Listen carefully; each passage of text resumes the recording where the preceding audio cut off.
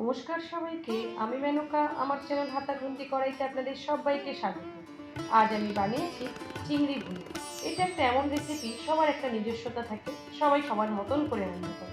আমি আজকে রান্না করেছি একদম ঘরোয়া কিছু মশলা দিয়ে, একদমই হোটেল বা রেস্টুরেন্ট স্টাইলে বা তাদের স্বাদের মতনই কী করে করা যায় আমি সেভাবেই রান্না করেছি। আর খুব কম মশলা দিয়ে রান্না করেছি যাতে চিংড়ি মাছের স্বাদটা নষ্ট না হয়। আর একটা কথা বলে দিই, আজকে নতুন সদস্য হলে চ্যানেলটাকে একটা লাইক শেয়ার সাবস্ক্রাইব করে দেবেন আর সাথে থাকবেন পুরো ভিডিওটা দেখার জন্য অনুরোধ করব। আমি এখানটা নিয়েছি প্রায় 500 গ্রাম মতন, আমি 700 গ্রাম নিয়েছিলাম, কেটে কুটে 500 গ্রাম গলা চিংড়ি নিয়েছি। এইবার এখানটা আমি দিয়ে দিলাম একটুখানি হলুদ আর একটুখানি দিয়ে দেবো নুন। হলুদ আর নুন দিয়ে আমি চিংড়িটাকে একটুখানি মাখিয়ে রেখে দেবো। এরকমভাবে চিংড়িটাকে মাখিয়ে কিছুক্ষণের জন্য আমি রেখে দেবো। আর এদিকে মশলাগুলো আমি রেডি করবো। আমি এখানে 10-12টা মতন কাজু বাদাম নিয়ে নিয়েছি আর নিয়ে নেবো এখানটা 2-3 চামচ মতন নারকেল কোড়া। নারকেল কোড়াটা একটু দেওয়ার চেষ্টা করবেন, তাহলে কিন্তু খেতে খুবই ভালো। ব্যাস এরকমটাই এইটাকে দিয়ে আমার একটা স্মুথ এরকম একটা পেস্ট বানাতে হবে। দেখুন, নারকেল আর কাজু বাদামের একটা পেস্ট আমি বানিয়েছি, আর তার সাথে আমি একটা টমেটোরও পেস্ট বানিয়েছি। টমেটোটার আটি ছাড়িয়ে আমি একটা পেস্ট বানিয়েছি। কড়াই বসিয়ে দিলাম, কড়াই দিয়ে গরম হয়ে গেল, তাতে আমি 2 চামচ মতন সর্ষের তেল দিয়ে দেবো।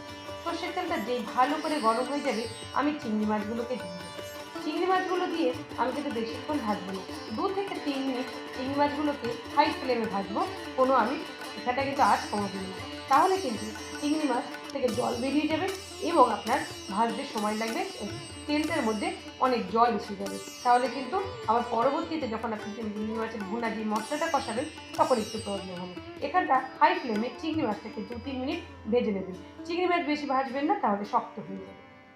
আমার টোটালি চিংড়ি মাছটা ভাজা হয়ে গেছে। দেখুন, যে একটু এরকম লাল লাল পর্যায়ে হয়ে যাবে, তখনই কিন্তু আমি চিংড়ি মাছগুলোকে সবকটাকে তুলে নেব। চিংড়ি মাছ বেশি ভাজলে শক্ত হয়ে যায়, তার জন্য 2-3 মিনিট ভাজতে বলেছি। ব্যাস আমার চিংড়ি মাছ সবকটা ভাজা হয়ে গেছে, আমি এবার এটাকে তুলে নেব। এবার দেখুন, এই যে 1 চামচ মতন তেল বেঁচে আছে, এখানটা আমি কড়াইটাকে একটু কাছিয়ে আর 1 চামচ তেল অ্যাড করব। ব্যাস এই তেল দিয়েই আমার কিন্তু হয়ে যাবে পুরোপুরি চিংড়ি ভুনেটা। এখানে 2টো শুকনো লঙ্কা দিয়ে দিয়েছি। শুকনো লঙ্কা বেশি পোড়াবেন না, একটু লাল লাল থাকলেই তখনই কিন্তু দিয়ে দেবেন একটা তেজপাতা, আর এখানে একটু আঁচটা কমিয়ে রেখে দেবেন। তেজপাতা দিয়ে দিয়েছি। তেজপাতা থেকে যখন একটা বেশ ভাজা সুন্দর গন্ধ বেরিয়ে আসবে, এখানটা আমি গরম মশলা দিয়েছি, দারচিনি, এলাচ, লবঙ্গ আর কটা দিয়েছি গোলমরিচ। ব্যাস এইগুলো দিয়ে একটু ভাজা ভাজা হয়ে যাবে। এখান থেকে দেখুন একটা গন্ধ বেরোবে ভাজাটা, তখন আমি দিয়ে দেবো 2টো মিডিয়াম সাইজের পেঁয়াজ কুচিয়ে আমি এর ভিতরে দিয়ে দেবো। পেঁয়াজটাকে এখানটা ভালো করে ভাজতে হবে। পেঁয়াজ ভালো করে ভাজার একটাই কারণ, যদি পেঁয়াজটা আস্তে আস্তে থাকে বা কাঁচা কাঁচা থাকে, তাহলে কিন্তু ঝোলের বা গ্রেভির ভুনার যে গ্রেভি, সেই গ্রেভির মশলাটা কিন্তু খেতে কিন্তু খুবই ভালো লাগে। মানে চিংড়ির ভুনার মেন ভালো লাগে চিংড়ির থেকে ওই মশলাটা খেতে বেশি ভালো লাগে। ব্যাস আমি এটাকে ভালো করে একটুখানি ভেজে নিয়েছি। দেখুন, এইবার যেই এই পেঁয়াজটা একটু লাল লাল রং হয়ে আসবে, সেই পর্যায়ে আমি দিয়ে দেবো টমেটো পেস্টটাও কিন্তু দিয়ে দেবো। আর টমেটো পেস্ট দিয়েও আমাকে কিন্তু এখানটা ভালো করে কষাতে হবে, যতক্ষণ না টমেটো পেস্টের যে জলটা আছে পুরো জলটা কষে গিয়ে পুরো টমেটোটা থাকবে, ততক্ষণ আমাকে এখানটা কিন্তু ধৈর্য ধরে আপনাকে কষাতে হবে। তাড়াহুড়ো করলে কিন্তু এখানটা আপনার এই চিংড়ির ভুনার মশলাটা কিন্তু স্বাদ হবে। মশলা যত ভালো কষবে, তরকারি কিন্তু ততটাই ভালো স্বাদ হবে। দেখুন আমার একদম কষে এসে এই পর্যায়ে দিয়ে দেবো নুন। টমেটো এবং পেঁয়াজ দুটোই কিন্তু নুন দিয়ে কষালে তাতে তাড়াতাড়ি কষে যায় এবং তার নরমও তাড়াতাড়ি হয়ে যায়। এটাকে আমি এইভাবেই বারবার অনেকবার করবে, অনেকটা সময় ধরে ধিমে আছে মিডিয়াম আছে এটাকে আমি ভালো করে কষিয়ে নেব। দেখুন এরকম তেল ছেড়ে আসবে, টমেটোটাও দেখুন একদম কষে গেছে, পেঁয়াজটাও নরম হয়ে গেছে। ব্যাস, আর পুরো যখন তেল ছাড়তে শুরু করে দেয়, তখন কিন্তু বুঝে যাবেন যে আপনার মশলাটা কষা হয়ে গেছে। এই পর্যায়ে আমি আরও কিছু মশলা দেবো। সেখানে দেবো 1 চামচ রসুন বাটা, আর এখানটাই দিয়ে দেবো 1 চামচ আদা বাটা। রসুন এবং আদারও ভালো করে কষাতে হবে, যতক্ষণ না রসুন আর আদার এই কাঁচা গন্ধটা চলে গিয়ে সব মশলার সাথে একটা সুন্দর একটা গন্ধ বেরোচ্ছে, ততক্ষণ কিন্তু এই মশলাটা কষাতেই হবে। আর এই অবধি যারা দেখে নিয়েছেন রান্নাটা, প্লিজ রান্নাটা ভালো লাগলে চ্যানেলটাকে একটু লাইক, শেয়ার এবং সাবস্ক্রাইব করে দেবেন।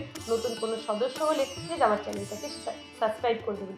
অনেক সদস্য আছেন যারা আমার ভিডিওগুলো দেখেন কিন্তু আমার চ্যানেলটাকে সাবস্ক্রাইব করেনি। প্লিজ আমার চ্যানেলটাকে তাদের কাছে অনুরোধ রইল, চ্যানেলটাকে সাবস্ক্রাইব করে দেবেন। দেখুন মশলাটা যখন একদম এরকম কষে আসবে, তখন এইবার ঘরের ঘরোয়া যে গুঁড়ো মশলাগুলো থাকে সেইগুলো দেবেন। 1 চামচ হলুদ গুঁড়ো, 1 চামচ জিরে গুঁড়ো, 1 চামচ ধনে গুঁড়ো আর দিয়ে দেবো 1 চামচ লঙ্কার গুঁড়ো। এই মশলাটা দিয়েও কিন্তু আমাকে কিন্তু ভালো করে কষাতে হবে। প্রত্যেকটা মশলা স্টেপ বাই স্টেপ দিয়ে আপনাকে কিন্তু ভালো করে কষিয়ে নিতে হবে। মশলা যত সুন্দর কষানো হবে তরকারির স্বাদ ততটাই ভালো হয়ে যাবে। আর এই পর্যায়ে আমি আগেও একটুখানি জল দিয়েছি, এই পর্যায়টাও একটু জল দিয়ে মশলাটাকে আমি কষাবো। যদি একটু জল দিয়ে কষান তাহলে তরকারির রঙটা কিন্তু খুবই সুন্দর হবে, না হলে কিন্তু অনেক সময় কালো কালো হয়ে যেতে পারে তরকারি ওই তেলে যখন মশলাটা কষতে থাকবে।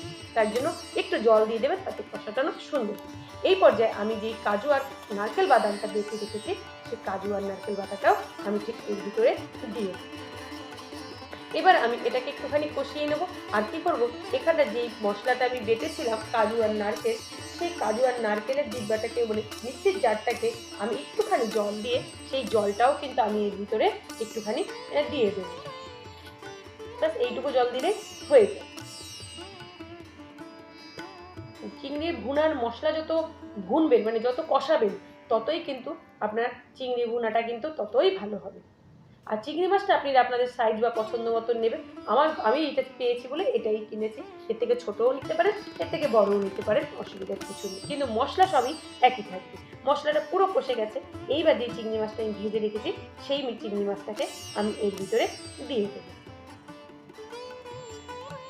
চিংড়ি মাছটা খুব আস্তে নাড়াবেন, কেননা ভেঙে যেতে পারে। আমার কিন্তু একটা ভেঙে গেছে অলরেডি, কেননা চিংড়ি মাছটা খুব নরম থাকে, চিংড়ি মাছটা খুব শক্ত হয় না।